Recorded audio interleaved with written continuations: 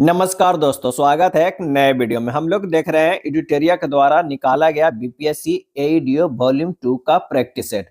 आज practice set number 2 देखेंगे GK GS का। तो आइए शुरू करते हैं 100% सॉल्यूशन के साथ। प्रैक्टिस नंबर 2 का पहला प्रश्न क्या कर रहा है कि निम्नलिखित में से कौन सा कारक महासागरीय तल के तापमान के वितरण को प्रभावित करता है।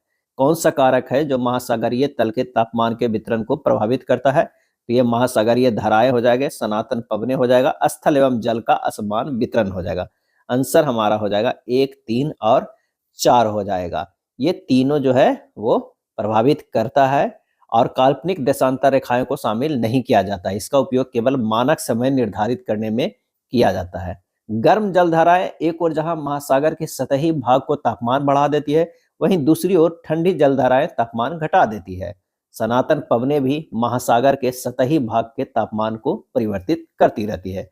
आंसर इसका हो जाएगा सी हो जाएगा।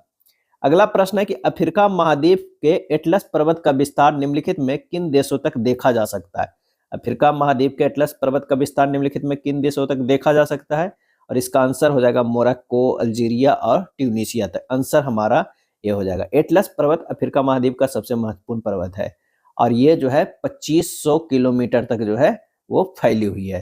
4165 मीटर इस पर्वत की सबसे ऊंची पर्वत चोटी माउंट टुवक्कल है। क्या है? माउंट टुवक्कल है। अफ्रीका महाद्वीप के 3 देश मोरक्को, अल्जीरिया और ट्यूनीशिया में एटलस पर्वत का जो है विस्तार है। तो इसका सही आंसर ए होगा। ग्रेट बियर एवं ग्रेट स्लेव झील किस देश में स्थित है, और इसका सही आंसर हो जाएगा कनाडा। क्या है? कनाडा में स्थित है। इसके अतिरिक्त विनिपेग, रेडिएंट, अथावास्का भी कनाडा में स्थित झील है। कनाडा एवं संयुक्त राज्य अमेरिका में संयुक्त रूप से स्थित प्रमुख झील है सुपीरियर, ईरी, ह्यूरॉन और ओंटारियो। इसका सही आंसर क्या हो जाएगा? ए हो जाएगा। माउंट हैरियट अंडमान व निकोबार द्वीप समूह के किस क्षेत्र में अवस्थित है, और इसका सही आंसर हो जाएगा दक्षिणी अंडमान। क्या है? दक्षिणी अंडमान।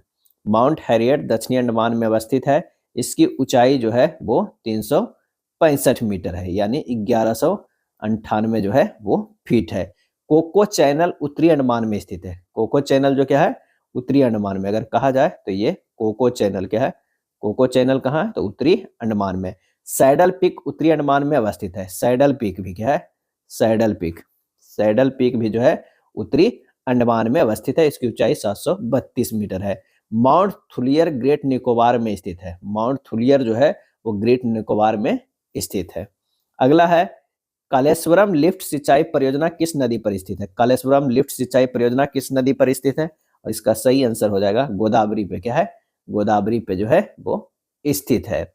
यह परियोजना तेलंगाना राज्य में है। किस राज्य में है? ये तेलंगाना जो है राज्य में। इसका निर्माण गोदावरी नदी और उसकी सहायक नदियों पर जो है वो किया गया है। निम्नलिखित नदियों पर विचार कीजिए और बताइए कि कौन सी नदी अरुणाचल प्रदेश से होकर जो है वो बहती है, और इसका सही आंसर हमारा जो हो जाएगा लोहित नदी और हो जाएगा सुबनसिरी। क्या है? सुबनसिरी। बराक जो है नहीं होगा। आंसर हमारा जो हो जाएगा कौन सा? 2 और 3 ऑप्शन बी हो जाएगा। क्या है? बी हो जाएगा। बराक नदी मणिपुर, नागालैंड, मिजोरम व असम राज्यों और बांग्लादेश में बहने वाली 900 किलोमीटर लंबी एक नदी है, जिसमें से 524 किलोमीटर जो है भारत में बहती है। और सुबनसिरी लोहित कहाँ बहे? तो अरुणाचल प्रदेश में।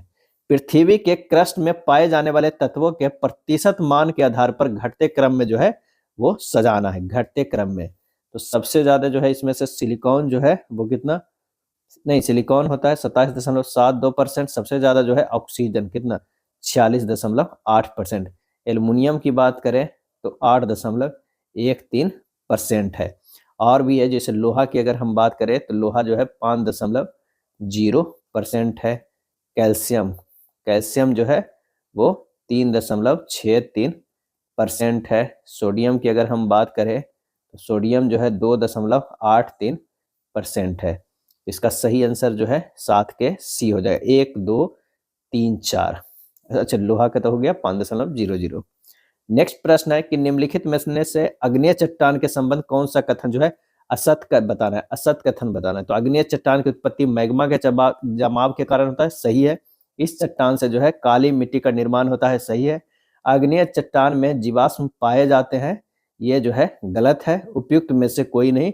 ये सही है। तो आंसर हमारा जो है सी हो जाएगा। आग्नेय चट्टान में जीवाश्म नहीं पाए जाते, क्या है, नहीं पाए जाते हैं, तो ये हमारा गलत हो जाएगा। आग्नेय चट्टान का निर्माण ज्वालामुखी के उद्गम मैग्मा तथा लावा के जमने से बनती है और इसमें बेसाल्ट में लोहे अधिक होती है, जिससे इस चट्टान से काली मिट्टी का निर्माण होता है। इस चट्टान में लोहा, सोना, चांदी, तांबा, सीता तथा निकल आदि पाए जाते हैं। सूची 1 और सूची 2 को सुमेलित करना है। एक तरफ नदी है और एक तरफ जो है उद्गम स्थान है। अगर झेलम की बात करें तो वो है बेरीनाग झरना, सतलज जो है राक्षस ताल झील, ब्यास जो है ब्यास कुंड, रावी जो है रोहतांग दर्रे जो है ये पश्चिम में। आंसर हो जाएगा 1, 2, 3, 4, ऑप्शन ए हो जाएगा, क्या है, ए हो जाएगा। झेलम नदी का उद्गम कश्मीर घाटी के दक्षिण पूर्वी भाग में पीरपंजाल गिरिपद में स्थित बेरीनाग झरने से होता है और यह नदी श्रीनगर की बुलर झील से बहते हुए एक तंग व गहरे महाखंड से गुजरती है। सतलज नदी की उत्पत्ति तिब्बत में जो है होती है, मानसरोवर के निकट राक्षस ताल झील से होती है। तिब्बत में इसे लॉन्गचेन ख्वांग के नाम से जानते हैं। स्पीति इसकी मुख्य सहायक नदी है। ब्यास नदी की उत्पत्ति हिमाचल प्रदेश के रोहतांग दर्रे के समीप ब्यास कुंड से होती है। रावी नदी का उद्गम जो है हिमाचल प्रदेश में स्थित कुल्लू पहाड़ियों में रोहतांग दर्रे के पश्चिम से होता है। अगला है 10वां नंबर प्रश्न कि निम्नलिखित विशेषताएं किस नदी के संदर्भ में जो है वो कही गई है। तो यह ब्रह्मगिरी पहाड़ियों से निकलती है। इसका अपवाह क्षेत्र केरल, कर्नाटक तथा तमिलनाडु में बहती है और इसकी सहायक नदियों में हेमावती, अर्कवती, स्वर्णवती शामिल है। सही आंसर जो हो जाएगा ये कावेरी नदी पे कहा गया, कावेरी नदी के लिए कहा गया, आंसर बी होगा। असत्य कथन को चुनना है। असत्य इनमें से जो है कौन है। तो घर्षण 2 संपर्क पृष्ठों के बीच अपेक्षिक गति का विरोध जो है वो करती है। असत्य कथन तो ये जो है वो सही है। घर्षण बल संपर्क बल का संपर्क पृष्ठों के उभयनिष्ठ स्पर्श रेखा के अनुदिश घटक है, सही है। स्थैतिक घर्षण समुपस्थित अपेक्षिक गति का विरोध करता है और यह सदैव पृष्ठों के संपर्क क्षेत्रफल पर निर्भर करता है, तो ये जो है वो गलत है, क्या है, गलत है। उपयुक्त में से एक से अधिक। आंसर हमारा जो है 11 के सी। स्थैतिक घर्षण समुपस्थित अपेक्षिक गति के विरोध करता है और यह सदैव पृष्ठों के संपर्क क्षेत्रफल निर्भर करता है, यह जो है वो असत्य है, क्या है, असत्य है। ये सतह के क्षेत्रफल पर निर्भर नहीं करता, यह क्षेत्रफल के बजाय सतह के प्रकार और सामान्य बल पर जो है वो निर्भर करता है। एफ जो है प्रोपोर्शनल टू आर हो जाएगा, यानी एफ बराबर जो है म्यू आर हो जाएगा, जहां म्यू जो है घर्षण गुणांक है, क्या है, घर्षण गुणांक है। 3 प्रतिरोध है, 2 ओम, 3 ओम और 4 ओम को श्रेणी क्रम में संयोजित किया जाता है। यह ईएमएफ 10 वोल्ट के स्रोत से जोड़ा जाता है। प्रत्येक प्रतिरोधक के बीच विभव जो है वो क्या है, तो श्रेणी क्रम में जो है वो जोड़ा गया है। आर सीरीज बराबर हो जाएगा R1 प्लस R2 प्लस जो है R3, यानी 2 + 3 + 4 बराबर 9 ओम हो जाएगा। परिपथ में धारा I बराबर जो हो जाएगा वो कितना हो जाएगा, 10/9, 1.11 जो है एम्पियर है। तो सभी में जो है वो करंट सेम जाएगा। अब V1 निकाल लेते हैं तो I R1 हो जाएगा। I 1.11 है, R1 बराबर 2 है, यानी 2.22 वोल्ट है। V2 के बराबर जो है I R2 हो जाएगा। I कितना है यहाँ पर 1.11 गुना 3 हो जाएगा। आंसर हमारा हो जाएगा इसका 3.33 वोल्ट। उसी तरह जो है V3 बराबर हो जाएगा 4.44 वोल्ट। आंसर क्या हो जाएगा 2.22, 3.33, 4.44, ये हो जाएगा बी, क्या है, बी हो जाएगा। एक पतले अभिसारी लेंस की फोकस दूरी बैगनी प्रकाश के लिए f है। यदि बैगनी के स्थान पर लाल प्रकाश को प्रयुक्त किया जाए तो फोकस दूरी पर क्या प्रभाव जो है वो पड़ेगा। ये जो है f बढ़ेगा, फोकस दूरी क्या होगा, बढ़ेगा। आंसर हमारा जो है वो ए हो जाएगा। कुछ नियम है जो ध्यान रखिएगा कि 1/f बराबर जो होता है n-1, नियम क्या, ये फार्मूला है 1/r1 - 1/r2 है। आंसर क्या हो जाएगा, ए हो जाएगा। जब किसी द्रव का क्या है, जब किसी द्रव का ताप बढ़ाया जाता है तो इसका पृष्ठ तनाव क्या होगा, और इसका सही आंसर हमारा जो हो जाएगा वो घटता है, क्या है, घटता है। जब किसी द्रव का ताप बढ़ाया जाता है तो इसका पृष्ठ तनाव घटता है। पृष्ठ तनाव कई कारकों के कारण होता है, जैसे द्रव अणुओं के बीच लगने वाले सहसंजक के कारण, द्रव पृष्ठ के प्रत्यास्थ झिल्ली की भांति व्यवहार, यह गुण केवल द्रव द्वारा पालन किया जाता है। तापमान के बढ़ने पर सहसंजक बल कमजोर होता है, जिससे पृष्ठ तनाव जो है वो घट जाता है। 3 तारों का द्रव्यमान 1:3:5 के अनुपात में है। उनकी लंबाइयां क्रमशः 5:3:1 के अनुपात में है। उनके प्रतिरोधों का अनुपात जो है वो क्या हो जाएगा? कह रहा है कि 3 तारों का द्रव्यमान दिया हुआ है अनुपात में, उनकी लंबाइयों का क्रमशः भी दिया हुआ है, यानी तो उनके प्रतिरोधों का, ठीक। तो आर जो है प्रतिरोध जो होता है वो प्रोपोर्शनल टू जो होता है रो एल बाई ए होता है। क्या है? ए होता है। अब यहाँ पर द्रव्यमान और लंबाइयां दिया हुआ है, तो कह सकते हैं कि ये हो जाएगा R proportional to L square by M हो जाएगा। क्या है? एम हो जाएगा, यानी लेंथ बाई मास के। तो ये हमारा पास आ जाएगा कितना? लेंथ भी दिया हुआ है और द्रव्यमान भी दिया हुआ है एल स्क्वायर से। तो ये हो गया कितना? R1 अनुपात R2 अनुपात R3 बराबर इसे लिख सकते हैं L1 के स्क्वायर बाई M1 अनुपात L2 के स्क्वायर बाई M2 के स्क्वायर अनुपात जो है वो L3 के स्क्वायर बटा M3, यानी 25/1 अनुपात 9/3 अनुपात 1/5। यह हो गया 25/3 अनुपात 1/5, 125 अनुपात 15/1। आंसर हमारा जो है ए हो जाएगा। क्या है? ए हो जाएगा। प्रतिरोधकता प्रत्येक चालक तार के तापमान तथा उसके प्रकृति पर निर्भर करता है। प्रतिरोध चालक तार की लंबाई के समानुपाती होता है तथा क्षेत्रफल का व्युत्क्रमानुपाती होता है। यदि कोई तारा पृथ्वी से दूर जा रहा है तो पृथ्वी पर बैठा निरीक्षक तारे से प्राप्त प्रकाश के संबंध में क्या अनुभव करेगा? तो ये अनुभव करेगा तरंगदैर्घ्य में वृद्धि। क्या है? तरंगदैर्घ्य में वृद्धि। डॉपलर के प्रभाव के अनुसार यदि कोई प्रकाश उत्सर्जित वस्तु पृथ्वी की ओर आती है तो उसके तरंगदैर्घ्य में कमी तथा ऊर्जा में वृद्धि होती है।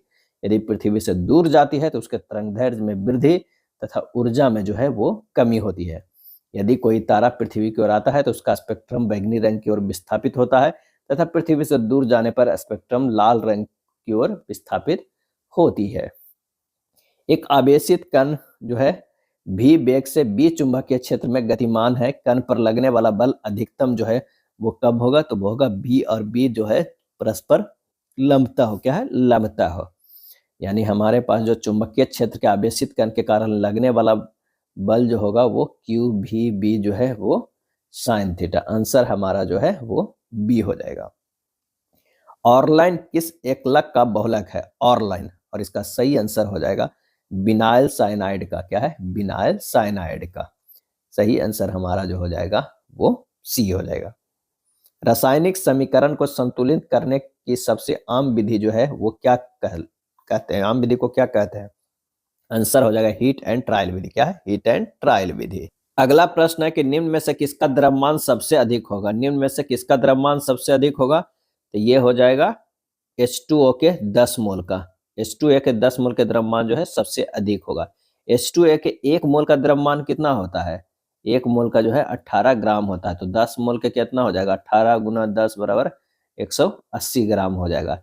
CaCO3 की अगर हम बात करें तो यहाँ पर हो जाएगा CaCO3 का अनुभार जो है 100 हो गया और 0.5 मोल है, तो 0.5 से गुना कर दीजिए, ये 50 हो जाएगा। क्या है? 50 हो जाएगा। और CaCO3 का तो हमारे पास निकल गया। अब फास्फोरस के 1 ग्राम परमाणु 1 मोल का वजन लगभग जो है वो कितना होता है? तो ये होता है 30.97 ग्राम होता है। तो सबसे ज्यादा किसका हो गया? ये 180। तो आंसर हमारा जो है सी होगा। नेक्स्ट है एवोगाड्रो संख्या क्या है? एवोगाड्रो संख्या क्या है? तो एवोगाड्रो जो है तत्व के 1 ग्राम परमाणु में परमाणुओं की जो है वो संख्या। एनटीपी पर मिलीलीटरों की संख्या जो गैसीय पदार्थों के मोल के द्वारा जो है धारित की जाती है। एक पदार्थ के 1 ग्राम लीटर द्रव्यमान में उपस्थित अणुओं की संख्या। आंसर यहाँ जो हो जाएगा वो क्या हो जाएगा? तो डी उपयुक्त में से 1 से अधिक। एवोगाड्रो संख्या के बारे में जान लेते हैं कि तत्व के 1 ग्राम परमाणु में परमाणुओं की संख्या के जो है बराबर या एनटीपी पर 1 मोल गैस द्वारा धारित आयतन के बराबर तथा सभी पदार्थों के 1 ग्राम लीटर द्रव्यमान में उपस्थित अणुओं की संख्या के बराबर होता है। तो आंसर हमारा क्या हो जाएगा? डी हो जाएगा। तीनों सही। 1 मोल पदार्थ में अणुओं, परमाणुओं या आयनों की संख्या नियत होती है, इसे एवोगाड्रो संख्या जो है वो कहते हैं। अंतर हैलोजन यौगिक CIF3, BRF3, IF7 तथा IF5 की अभिक्रियाशीलता का सही घटता क्रम जो है वो क्या होगा? तो वो होगा बी हो जाएगा। क्या है? बी हो जाएगा। अभिक्रियाशीलता हमेशा तत्व की विद्युत ऋणात्मकता पर जो है निर्भर करती है। जिस तत्व की विद्युत ऋणात्मकता यानी इलेक्ट्रोनिगेटिविटी ज्यादा होगी उसकी क्रियाशीलता जो है वो अधिक होगी। क्रियाशीलता प्रोपोर्शनल टू विद्युत ऋणात्मकता होती है। तो यहाँ पर जो आंसर हो जाएगा वो बी होगा। यौगिक इतना का नाम क्या है? यानी IUPAC नाम बताना है। तो ये हो जाएगा। यहाँ से अगर बात करते हैं तो 1 1 2 ये 3 हो जाएगा, ये 4 5 इधर भी चल सकते थे, ये 4 यहीं खत्म हो जाता है इसलिए यहाँ पर नहीं होगा। नीचे से ये 4 5 तो सबसे जो है लंबे वाला जो है वो देखना है। एलिमेंट जो लाइनिंग जो यौगिक है वो सबसे लंबे वाला यहाँ तक का है तो 4 5 है। यहाँ पर हो जाएगा 3 1 2 3 3 पर जो है 3 मेथिल 2 पेंटीन हो जाएगा। क्या? 2 पेंटीन हो जाएगा। आंसर हमारा जो है सी हो जाएगा। क्या है? सी। उत्तक क्या है? टिश्यू जो है वो क्या है? और इसका आंसर होगा वैश्विक कोशिकाओं का समूह जो मूल रूप से दिखने में और कार्य करने में समान होती है। क्या है? समान होती है। उत्तक के अध्ययन को जो कहा जाता है वो हिस्टोलॉजी कहा जाता है। क्या है? हिस्टोलॉजी कहा जाता है। उत्तक शब्द का प्रयोग जो है बिचेट ने किया था। क्या है? बिचेट ने किया था। मनुष्य के कपाल में कितनी अस्थियां होती है? और ये अस्थियां जो होती है वो 22 होती है। क्या है? 22 अस्थियां होती है। मानव खोपड़ी में जो है 22 हड्डियां होती है जिनमें 8 जो है कपाल में होते हैं। क्या? 8 जो है वो कपाल में होते हैं। मनुष्य के कपाल में कितनी अस्थियां होती हैं? या यहाँ पर कपाल में अगर देखा जाए तो 8 होती है, कपाल में 8 हड्डियां में विभाजित होती है।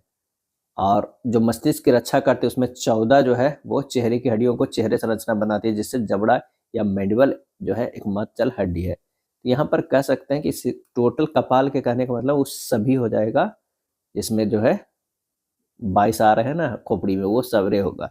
अगर कपाल में कितनी हस्तियां हैं तो कपाल अलग से भी होता है। जैसे अगर क्रेनियम अगर दे दिया कि क्रेनियम में कितना होती है, क्रेनियम में जो है 8 ही होता है। तो आंसर हमारा यहाँ मोस्ट अप्रोप्रिएट जो है वो 8 होना चाहिए। लेकिन अगर यहाँ पर सीधे कपाल या खोपड़ी का था, यहाँ खोपड़ी का था तो जो है वो 22 होता है। कपाल है तो 8 होगा। कौन सी कोशिका अंगक कोशिका के अंदर विषैले पदार्थ एवं औषधि ड्रग्स को विष रहित करने में मुख्य भूमिका निभाती है? और इसका आंसर हो जाएगा चिकनी अंतःप्रद्रवी जल का। चिकनी अंतःप्रद्रवी जल का।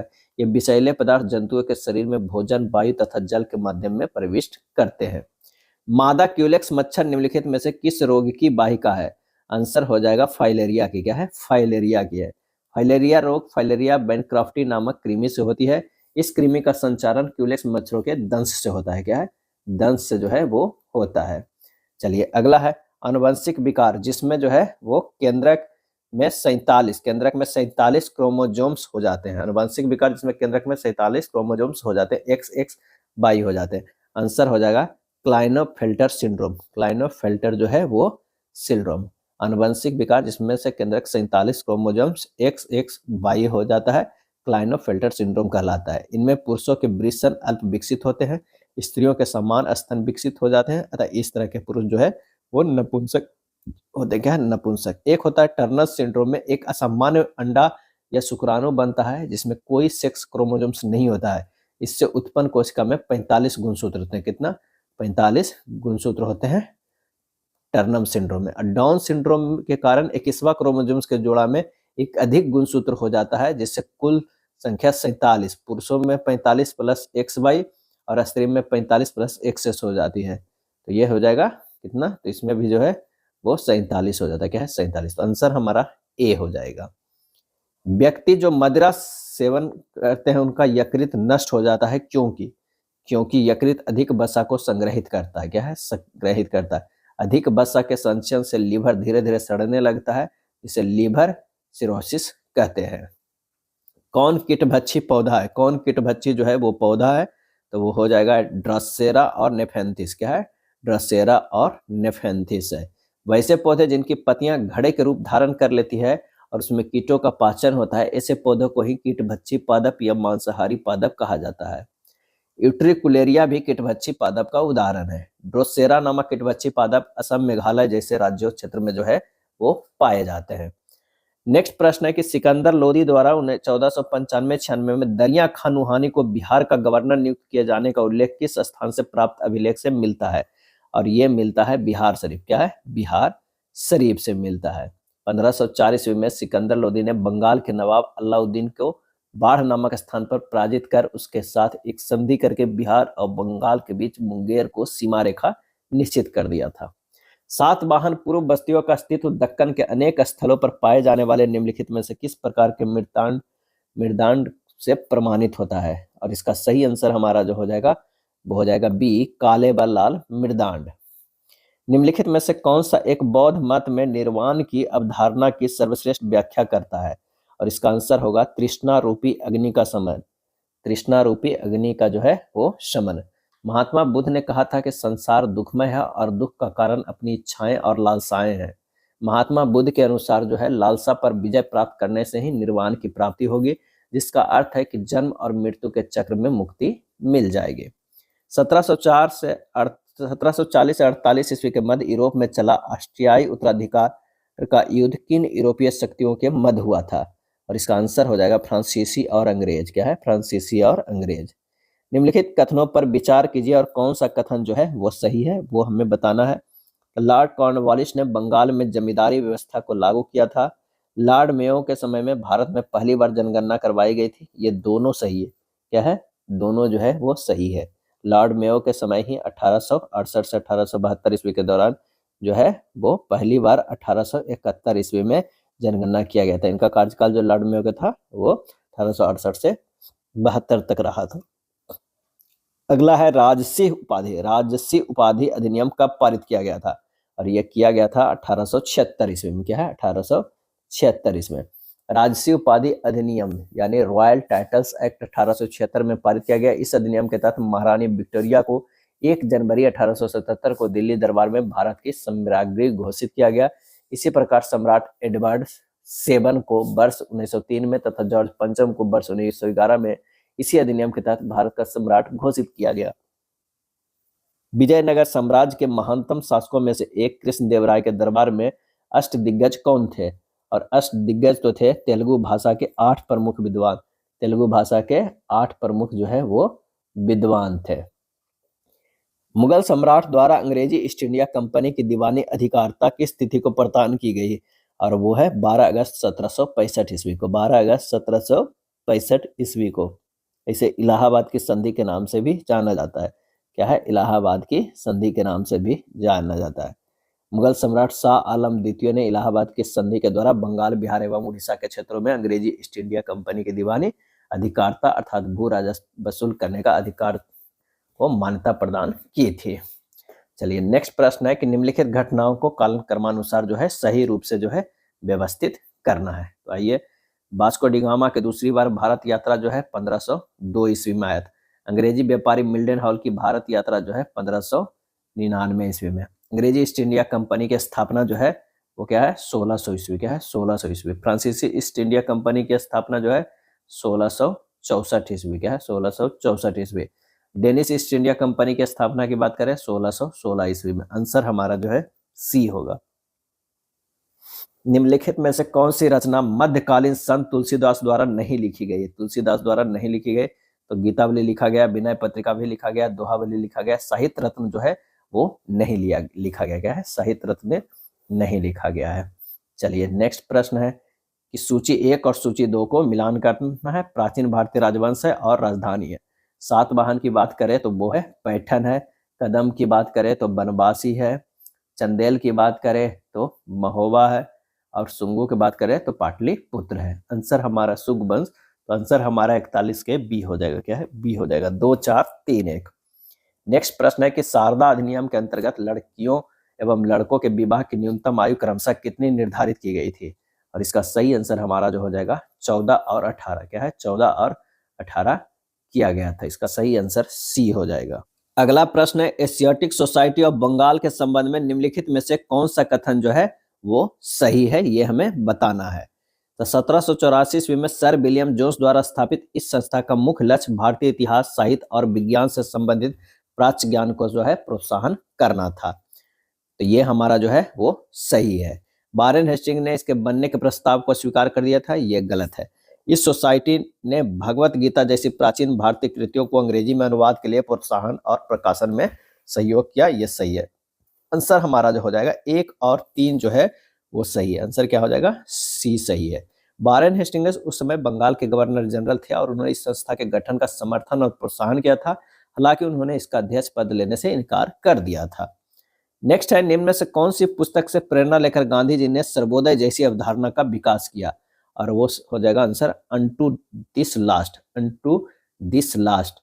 और ये महात्मा गांधी ने जॉन रस्किन की पुस्तक अनटू दी लास्ट को गुजराती में अनुवादित किया और इसका शीर्षक सर्वोदय रखा। इस पुस्तक के विचारों से प्रेरित होकर ही उन्होंने सर्वोदय की अवधारणा का विकास किया था, जिसका अर्थ है सार्वभौमिक उत्थान या सभी की प्रगति। प्रथम विश्व युद्ध के बाद ब्रिटेन समेत मित्र राष्ट्रों और ओटोमन साम्राज्य के बीच कौन सी संधि संपन्न हुई थी, जिसने ओटोमन साम्राज्य के विघटन को औपचारिक रूप से रूप दिया और जिसमें खलीफा के पद को समाप्त कर दिया? और इसका सही आंसर हो जाएगा वो है सेवर्स की संधि। क्या है? सेवर्स की संधि। कब हुआ था? तो 10 अगस्त। क्या है? 10 अगस्त 1920 ईस्वी में। क्या है? 1920 ईस्वी में। अगला प्रश्न है कि काकोरी ट्रेन केस में अभियुक्तों के, क्या है, अभियुक्तों के बचाव जो है हेतु निम्न में से किसकी अध्यक्षता में बचाव समिति का गठन किया? क्या है? बचाव समिति का गठन किया गया था। और इसका सही आंसर हमारा जो हो जाएगा वो है गोविंद बल्लभ पंत। क्या है? गोविंद बल्लभ पंत। काकोरी ट्रेन एक्शन, जिसे अब काकोरी ट्रेन डकैती कहा जाता है, 9 अगस्त 1925 को हुआ था। कब हुआ था? तो 9 अगस्त 1925 ईस्वी को हुआ था। इस मामले में अभियुक्तों के बचाव हेतु एक समिति का गठन किया गया था, जिसकी अध्यक्षता गोविंद बल्लभ पंत ने की थी। मोतीलाल नेहरू ने भी इस समिति के अध्यक्ष थे, जबकि गोविंद बल्लभ पंत, चंद्र भानु गुप्ता और मोहनलाल सक्सेना इसके सदस्यों में शामिल थे। अगला है, मेगास्थनीज ने अपने ग्रंथ इंडिका में दक्षिण भारत के लिए राजवंश का उल्लेख करते हुए लिखा, यह क्षेत्र मोतियों के उत्पादन के लिए विख्यात है और यहाँ का शासन एक महिला शासक द्वारा संचालित होता है। और इसका सही आंसर हमारा जो हो जाएगा 47 के बी, पांड्यवंश। क्या है? पांड्यवंश। मेगास्थनीज ने अपने ग्रंथ इंडिका में पांड्यवंश का उल्लेख किया था, जिसमें उन्होंने लिखा था कि यह क्षेत्र मोतियों के उत्पादन के लिए प्रसिद्ध था और यहाँ का शासन एक महिला शासक द्वारा संचालित होता था। चीनी यात्री फाहियान ने अपने यात्रा वृत्तांत में एक अस्पताल का उल्लेख किया था, यह स्थित था पाटलिपुत्र में। क्या है? पाटलिपुत्र में। आंसर हमारा जो है वो डी होगा। सूची 1 और सूची 2 को मिलान करना ऐतिहासिक स्थल है और राज्य है। तो ये मिलान करते हैं। भीमबेटका जो है वो मध्य प्रदेश में, सोर टेम्पल की बात करें तमिलनाडु में है, हम्पी जो है वो कर्नाटक में है, अब मानस जो है वो असम में है। आंसर हमारा जो है बी हो जाएगा। क्या है? बी हो जाएगा। मानस राष्ट्रीय उद्यान असम में स्थित एक वन्य जीव अभ्यारण्य और टाइगर रिजर्व है। सूची 1 सूची 2 को मिलान करना है। संगठन और संस्थापक है। लैंड होल्डर सोसाइटी की अगर बात करें तो द्वारकानाथ टैगोर हो जाएगा। क्या है? टैगोर हो जाएगा। ब्रिटिश इंडिया सोसाइटी की बात करें तो विलियम एडम्स हो जाएगा। इंडियन सोसाइटी की बात करें तो आनंद मोहन बोस हो जाएगा। इंडियन एसोसिएशन की बात करें तो एस.एन. बनर्जी हो जाएगा। आंसर हमारा जो है 50 के ए हो जाएगा। निम्नलिखित में से कौन से भारतीय संविधान की मूल संरचना के जो है भाग है? मूल संरचना के जो है भाग है तो ये हो जाएगा संसदीय प्रणाली, कल्याणकारी राज, न्याय तथा प्रभावी पहुंच, संविधान का धर्मनिरपेक्ष चरित्र। 1, 2, 3, 4 ये चारों जो है वो सही हो जाएगा। भारत के प्रधानमंत्री के संदर्भ में कथनों पर विचार कीजिए, कौन सा कथन सही नहीं है, कौन सा जो है वो कथन सही नहीं है। तो किसी विधेयक के अधिनियम बनने से पहले प्रधानमंत्री को उस पर हस्ताक्षर करने होते हैं, गलत है। प्रधानमंत्री अपने मंत्रियों का चयन केवल संसद के किसी सदन से ही कर सकते हैं, ये भी गलत। आंसर हमारा जो है वो 52 के 1 और 2 दोनों जो है वो सही नहीं है। यदि किसी राज्य विधानसभा के निर्वाचन में विजयी घोषित होने वाला प्रत्याशी अपनी जमानत राशि को खो देता है, इसका अर्थ है कि निर्वाचन लड़ने वाले प्रत्याशियों की संख्या जो है बहुत अधिक थी। क्या है? बहुत अधिक थी। भारत में किसी भी प्रकार के निर्वाचन में प्रत्येक उम्मीदवार को एक जमानत राशि रखनी पड़ती है और यदि वह कुल पड़े वैध मतों के न्यूनतम 1/6 मत नहीं प्राप्त करते हैं तो उनकी यह राशि जो है वो जब्त कर ली जाएगी। यह प्रावधान गंभीर प्रत्याशियों को चुनाव से दूर रखने के लिए अपनाई गई है, लेकिन संभव है कि कोई प्रत्याशी चुनाव में निर्वाचित हो जाए लेकिन उसे कुल वैध मतों का 1/6 भाग प्राप्त ना हो। ऐसा उस स्थिति में संभव है जब निर्वाचन लड़ने वाले प्रत्याशियों की संख्या बहुत अधिक हो और उनके बीच मतों का बंटवारा हो गया हो। अगला है, लोकसभा में लेखानुदान सरकार द्वारा किस उद्देश्य से प्रस्तुत किया जाता है? और इसका सही आंसर हमारा जो हो जाएगा वो हो जाएगा डी, निश्चित अवधि के लिए संचित निधि से धन निकालने के लिए। डी हो जाएगा। 54 के डी होगा। पंचायती अनुसूचित क्षेत्रों का विस्तार अधिनियम 1996 के तहत ग्राम सभाओं को निम्नलिखित में से कौन सी शक्तियां और कार्य प्रदान किए गए हैं? और इसका सही आंसर हमारा हो जाएगा, वो कौन सा हो जाएगा? तो ग्रामीण बाजारों का प्रबंधन, शराब के उत्पादन, आसवन और निषेधन को नियंत्रित करने का अधिकार, स्थानीय विवादों का समाधान करने का अधिकार। 3, 1, 2 और 3 हो जाएगा। आंसर 55 के जो है वो बी हो जाएगा। निम्नलिखित में से सर्वोच्च न्यायालय के परामर्शदात्री क्षेत्राधिकार के संदर्भ में कौन सा विकल्प जो है वो सत्य है? तो भारत का राष्ट्रपति लोकहित या संविधान की व्याख्या से संबंधित किसी विषय को सर्वोच्च न्यायालय के पास परामर्श के लिए जो है भेज सकता है। आंसर हमारा जो है वो ए हो जाएगा, 56 के ए हो जाएगा। निम्नलिखित में से अंतरराज्यीय परिषद का अध्यक्ष कौन होता है? और इसका सही आंसर हमारा जो हो जाएगा वो प्रधानमंत्री होता है। क्या है? प्रधानमंत्री। अनुच्छेद 263 में अंतरराज्यीय परिषद की विवेचना किया गया है। अंतरराज्यीय परिषद का अध्यक्ष जो है वो प्रधानमंत्री होते हैं। किस अधिनियम के तहत पहली बार किसी भारतीय को जो है वायसराय और गवर्नर की कार्य परिषद के साथ एसोसिएशन बनाने का प्रावधान किया गया? और इसका आंसर हो जाएगा 1909 में भारत परिषद अधिनियम। आंसर 1900 ये हो जाएगा 1909 का भारत परिषद अधिनियम। संसद के दोनों सदनों की संयुक्त बैठक का प्रावधान किस देश के संविधान से लिया गया है? और ये लिया गया है ऑस्ट्रेलिया के संविधान से। ऑस्ट्रेलिया के संविधान से जो है वो लिया गया है।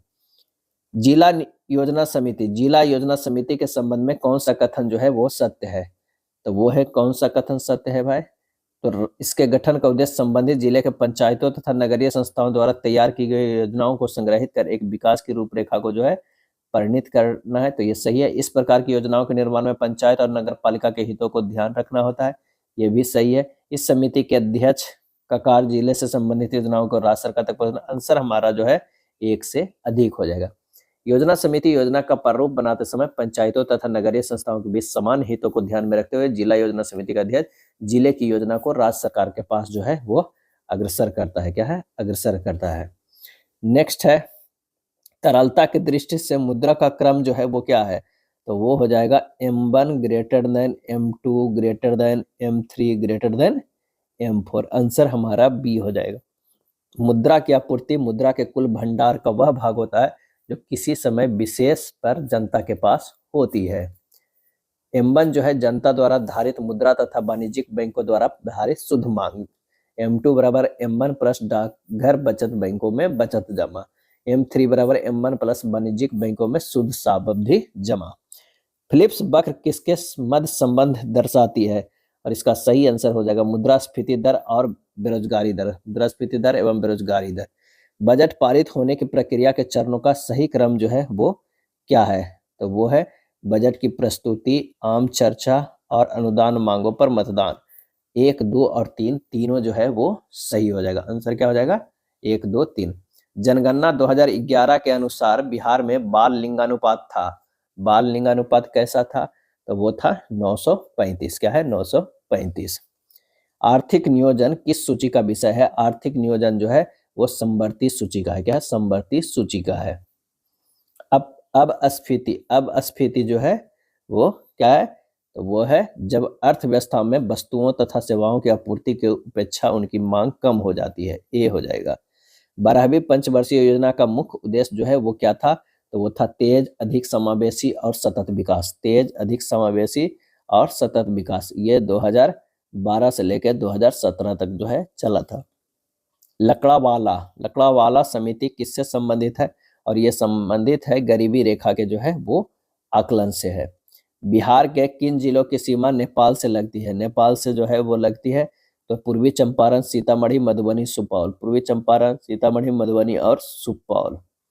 1912 में बिहार के अलग राज्य बनने के बाद इसके पहले भारतीय गवर्नर कौन थे? और इसका सही आंसर होगा सर सत्येंद्र प्रसन्न सिन्हा। सर सत्येंद्र प्रसन्न सिन्हा। प्राचीन भारत में सीखने का एक प्रसिद्ध केंद्र विक्रमशिला विश्वविद्यालय पाल वंश के किस शासक द्वारा स्थापित किया गया था?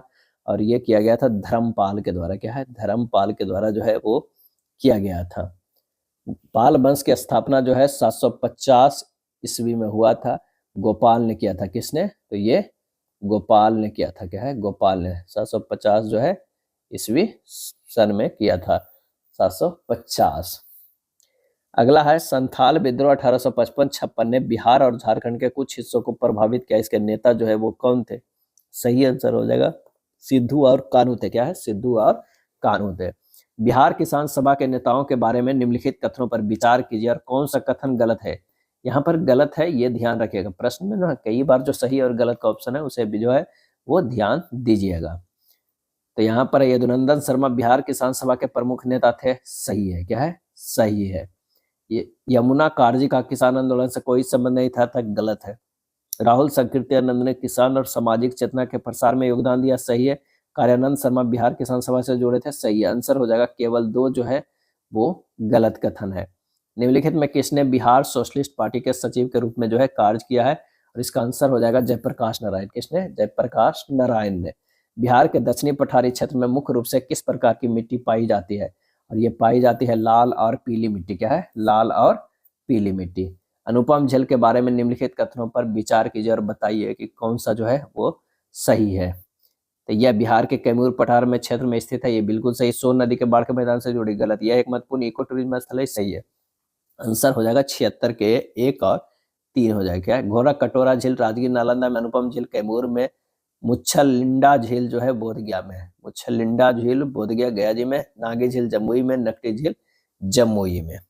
बिहार में अबरख के बारे में कथनों पर विचार कीजिए और कौन से कथन जो है वो सही है। तो वो हो जाएगा कौन सा? अबरख के प्रमुख भंडार नवादा जिले में पाया जाते हैं और अबरख मुख्य रूप से उत्तरी बिहार के मैदानों में पाया जाता है। गलत है। बिहार की अबरख पेटी झारखंड तक फैली हुई है। सही है। आंसर हो जाएगा हमारा जो है कौन सा? 77 के जो हो जाएगा ए 1 और 3। बिहार में शुष्क पर्णपाती वनों के बारे में निम्नलिखित में से कौन सा कथन सही नहीं है? कौन सा कथन जो है सही नहीं है ये बताना है। तो 78 के जो है वे दक्षिणी बिहार पठार क्षेत्र में पाए जाते हैं। सही। वे मुख्य रूप से उत्तरी बिहार के बाढ़ के मैदान में पाए जाते हैं। गलत है। उनमें मौसमी पत्तियां झड़ती है। सही है। वे रोहतास और कैमूर जिलों में पाए जाते हैं। सही। आंसर हमारा जो हो जाएगा वो बी हो जाएगा। क्या है? बी हो जाएगा। अगला है निम्नलिखित घटनाओं को कालानुक्रम क्रम में जो है व्यवस्थित करना है। तो बिहार बंगाल से जो है अलग कब हुआ था? तो ये 22 मार्च। क्या है? 22 मार्च 1912 ईस्वी को। क्या है? 12 ईस्वी को, जो 1 अप्रैल 1912 से प्रभावी हुआ है। अब बिहार विधानसभा की पहली बैठक जो है वो 20 जनवरी। क्या है? 20 जनवरी 1913 ईस्वी को हुई थी, जो पटना कॉलेज बांकीपुर के सभा जो है किसमें? सभागार में आयोजित हुआ था। चलिए अगला एक और है भारत सरकार अधिनियम 1919। तो इससे साफ साफ पता चल रहा है 79 के जो आंसर हो जाएगा वो ए हो जाएगा। क्या है? ए हो जाएगा। अगला प्रश्न कह रहा है कि बिहार में किस जिले की जनसंख्या घनत्व सबसे जो है वो कम है? और इसका सही आंसर हमारा जो हो जाएगा सी कैमूर भभुआ में। भारत में स्टारलिंक सेवा शुरू करने के लिए स्पेसएक्स ने निम्न से किस भारतीय टेलीकॉम कंपनी के साथ मुख्य रूप से समझौता किया है? और वो किया है एयरटेल के साथ। क्या है? एयरटेल के साथ। हाल ही में नामीबिया की पहली महिला राष्ट्रपति जो है वो कौन बनी है? और इसका सही आंसर हो जाएगा नेटुम्बो नंदी नदैतवा। नेटुम्बो नदैतवा। कश्मीरी पंडितों द्वारा मनाया जाने वाला हेरात फेस्टिवल किस हिंदू त्योहार से जुड़ा हुआ है? और वो जुड़ा हुआ है महाशिवरात्रि से। क्या है? महाशिवरात्रि से। हाल ही में प्रसिद्ध ओडिया कवि रमाकांत रथ का 90 वर्ष की अवस्था में निधन हो गया। इनको इनकी कृति श्री राधा के लिए किस वर्ष सरस्वती सम्मान दिया गया था? और इसका सही आंसर हो जाएगा वो हो जाएगा बी 1992 में। क्या है? 1992 में। 7 जनवरी 2025 को निम्न में से किस देश के राष्ट्रपति ने बढ़ती अशांति और सैन्य संघर्ष के बीच 7 प्रांतों तथा 3 नगर पालिकाओं में 60 दिनों के लिए आपात की घोषणा की है? और इसका आंसर हो जाएगा इक्वाडोर। प्रथम प्रौद्योगिकी संवाद 2025 निम्न में से किस शहर में जो है वो आयोजित किया गया? इसका सही आंसर हो जाएगा 86 के। क्या हो जाएगा? बी बेंगलुरु। अप्रैल 2025 में दिल्ली यूनिवर्सिटी ने किस समुदाय के छात्रों को प्रशिक्षित करने के लिए जय हिंद योजना शुरू किया है? और इसका आंसर हो जाएगा अनुसूचित जनजाति। वित्त वर्ष 2025-26 में सर्वाधिक तेजी से बढ़ने वाला क्षेत्र निम्न में से कौन सी है? और इसका आंसर हो जाएगा वो है सेवा। क्या है? सेवा। बजट 2025-26 के अनुसार सरकार द्वारा निम्न में से किस मद में सबसे अधिक खर्च किया गया है? और ये किया गया है राज्यों के करों और शुल्कों में हिस्सा। अंतर्राष्ट्रीय मुद्रा कोष ने अपने नवीनतम आकलन में वैश्विक अर्थव्यवस्था के लिए वर्ष 2024-25 में क्रमशः कितनी आर्थिक वृद्धि दर का अनुमान लगाया है? और इसका सही आंसर हो जाएगा 3.2% और 3.3%। निम्न में से किस लेखक ने अपनी संस्मरण पुस्तक Mother Mary comes to me का विमोचन सितंबर 2025 में किया है? और इसका सही आंसर होगा अरुंधति राय। किस राज्य ने देश की पहली योग नीति की शुरुआत की है? और ये शुरुआत की है उत्तराखंड में। क्या है? उत्तराखंड में। नेक्स्ट है एक राज्य एक आरआरबी नीति के तहत ग्रामीण बैंकों के विलय के बाद देश में कुल ग्रामीण बैंकों की संख्या 43 से घटकर कितनी हो गई है? और इसका आंसर हो जाएगा 28। क्या है? 28। मुख्यमंत्री महिला रोजगार योजना निम्न में से किस राज्य में शुरू की गई है? तो वो किया गया है बिहार में। क्या है? बिहार में। बिहार सरकार द्वारा निम्न में से किस कक्षा स्तर पर कंप्यूटर शिक्षा को अनिवार्य किया है? आंसर हो जाएगा कक्षा 6 से 8। कक्षा 6 से 8। हाल ही में पंजीकरण प्रणाली की रिपोर्ट के अनुसार बिहार में लिंगानुपात कितना बताया गया है? और ये बताया गया है 891। 891। जून 2025 में मुख्यमंत्री नीतीश कुमार ने बिहार के पहले डबल डेकर फ्लाईओवर का उद्घाटन किस जिले में किया है? और ये किया है पटना में। क्या है? पटना में किया है, अशोक राजपथ में। कहाँ पे? तो अशोक राजपथ में। चलिए अगला प्रश्न है कि बिहार में जल जीवन हरियाली अभियान की अवधि वित्त वर्ष 2025-26 से बढ़ाकर कब तक कर दिया गया है? तो ये कर दिया गया है 2028 तक। 2028 तक। वर्ष 2025 का 55वां Dada Saheb Phalke life time achievement पुरस्कार किससे प्रदान किया गया है? ये प्रदान किया गया मोहनलाल को। क्या है? मोहनलाल को किया गया। 53वां जो है वो आशा पारेख को। क्या है? आशा पारीख को। क्या है? आशा पारीख को। पारीख हो जाएगा। और 54वां जो है वहीदा रहमान को। क्या है? वहीदा रहमान को दिया गया। आंसर हमारा डी। देश का पहला चीता सफारी निम्न में से किस उद्यान में शुरू किया गया है? और ये शुरू किया गया कूनो नेशनल पार्क में। क्या है? कूनो नेशनल पार्क में। यह था प्रैक्टिस सेट नंबर 2। वीडियो अच्छा लगा तो लाइक एंड शेयर कर दीजिएगा। धन्यवाद।